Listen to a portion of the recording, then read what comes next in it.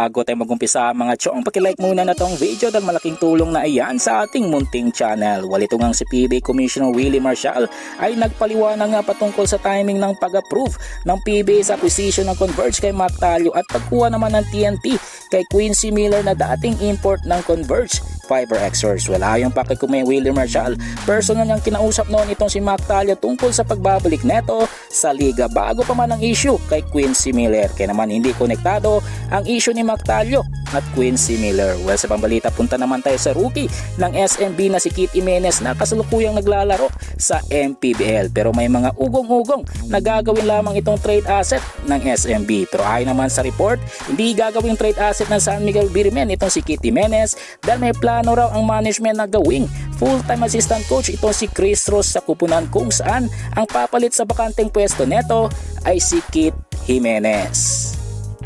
Ang huli sa ating balita mga chong, patungkol naman kay Justin Brownlee na spotted ng isang netizen na bumalik na ng Pilipinas. Well, ayon pa sa report na mata ng isang netizen, itong si Justin Brownlee na nagja-jogging at pinost naman neto sa kanyang Instagram account. Kaya naman kumpirmado na raw na andito na si Pilipinas itong si Justin Brownlee. Pero ayon naman sa mga insiders, hindi lang sinasa publiko ang pagbabalik ni Justin Brownlee at ito ay upang mapagaan ang parusa dito ng FIBA. Well mga chong, nandito na lang ang ating balitang PBA at syempre huwag kalimutan mag-subscribe at i-like itong video bilang pagsuporta. So this is Channel B once again.